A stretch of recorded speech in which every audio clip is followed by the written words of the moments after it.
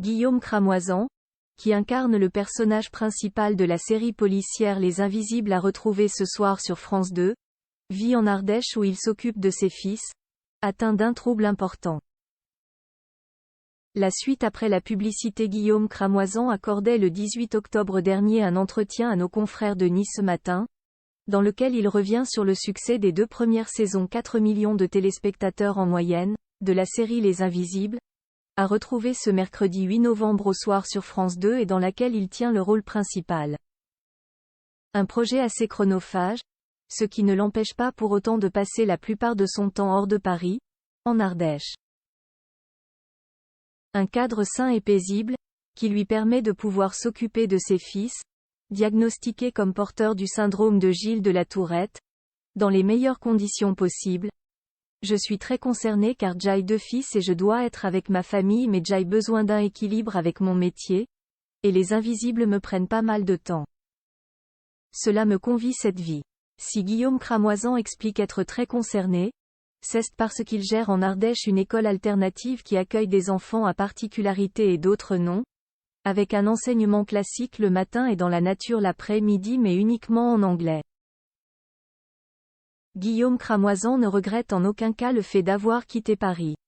L'aîné rencontrait des difficultés scolaires et il a fallu trouver une école qui le comprenne. L'Ardèche est une région hallucinante de beauté où les gens sont très sympas. La mentalité y est plus simple, a-t-il déjà confié aux Parisiens. Mais ce changement de vie a tout de même eu de sacrées répercussions sur sa vie professionnelle. Car avant qu'il n'apprenne la maladie de son fils, puis plus tard le fait que son autre fils est lui aussi atteint de ce trouble, il jouait le chef de groupe dans Profilage. Rôle qu'il a dû ensuite abandonner pour se concentrer sur ses enfants. Et s'il pouvait s'attendre à être moins sollicité professionnellement parlant, il ne s'attendait pas pour autant à ne plus recevoir aucun contrat.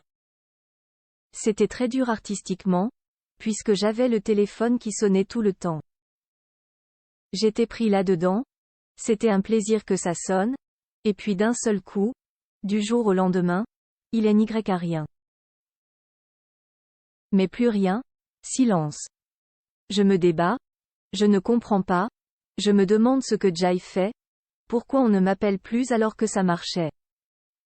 L'ironie du sort, j'y apprends peu de temps après que mon 2e enfant a ce diagnostic. C'est lié. Racontait-il dans le Buzz TV du Figaro le 17 octobre dernier. Il a donc su depuis, relancer sa carrière, grâce à son rôle dans Les Invisibles. La suite après la publicité. La suite après la publicité.